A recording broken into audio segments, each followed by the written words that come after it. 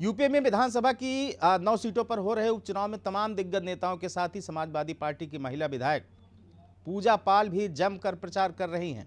हालांकि चौंकाने वाली बात यह है कि वह किसी भी सीट पर अखिलेश यादव के उम्मीदवारों के लिए कतई वोट नहीं मांग रही, बल्कि वह लोगों के बीच जाकर उनसे सीएम योगी के कामों की तारीफ करती हैं, उनकी सरकार की उपलब्धियों को गिनाती हैं और फिर जनता के लिए बेहतर काम करने और माफिया व गुंडा राज का खात्मा कर कानून व्यवस्था में सुधार करने वाली पार्टी को वोट देने की अपील करती हैं।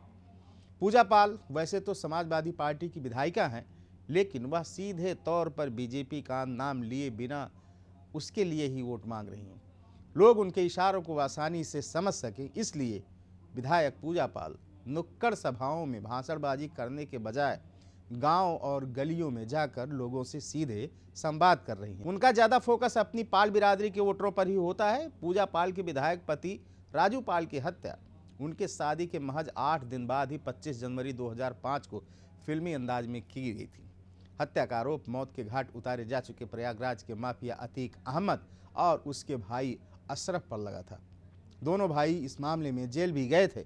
पूजा पाल अपनी बिरादरी के लोगों के बीच जाकर उनसे यह भी कहती हैं कि आपके बेटे और भाई राजू पाल के मामले में जिस नेता ने इंसाफ दिलाया है उसका साथ देना चाहिए और उसकी पार्टी के उम्मीदवार को जिताना भी चाहिए। यूपी के कौशाम्बी जिले की चायल सीट से विधायक पूजा पाल इसी साल फरवरी महीने में हुई राज्यसभा चुनाव में बीजेपी के पक्ष में क्रॉस वोटिंग भी की थी। प्रयागराज की फूलपुर विधानसभा सीट पर हो रहे उपचुनाव में प्रचार कर रही पूजा पाल ने बताया कि यूपी के सीएम योगी आदित्यनाथ और उनकी सरकार बहुत अच्छी है।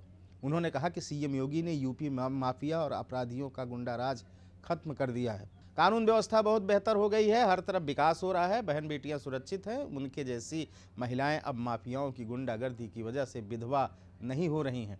योगी सरकार काफ़ी बेहतर काम कर रही है, उसके काम से हर कोई खुश है।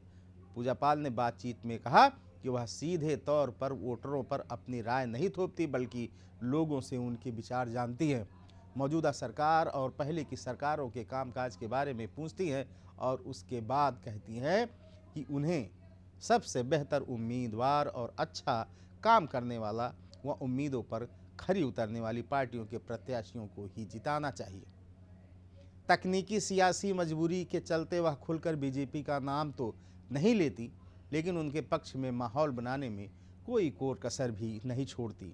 पूजा पाल का साफ तौर पर कहना है कि 2 बार विधायक रहने के बावजूद वह हमेशा डर के साए में जीती रहती थी, लेकिन योगी सरकार ने उनके अंदर के डर को खत्म कर दिया है और वह अब खुद को सुरक्षित महसूस करती हैं। विधायक पूजा पाल का साफ कहना है कि राज्यसभा चुनाव में क्रॉस वोटिंग करने के बाद अगले चुनाव में उनका सियासी ठिकाना क्या होगा, इस बारे में वह वक्त आने पर ही उचित फैसला लेंगी। बहरहाल समाजवादी पार्टी की बागी महिला विधायक का चुनाव प्रचार इन दिनों सुर्खियों का सबब बना हुआ है। अब देखना यह होगा कि अपनी ही पार्टी को चारों खाने चित करने की कवायद में जुटी पूजा पाल अपने मंसूबे में कितना कामयाब होती हैं। वह प्रयागराज की फूलपुर के साथ ही मिर्जापुर की मझमा सीट पर भी कई दिन प्रचार कर चुकी हैं। अनादि टीवी यूपी देखने के लिए शुक्रिया। अगर आप इस वीडियो को YouTube पर देख रहे हैं तो चैनल को सब्सक्राइब करें और बेल आइकन दबाना ना भूलें। अगर Facebook पर देख रहे हैं तो चैनल को लाइक करें।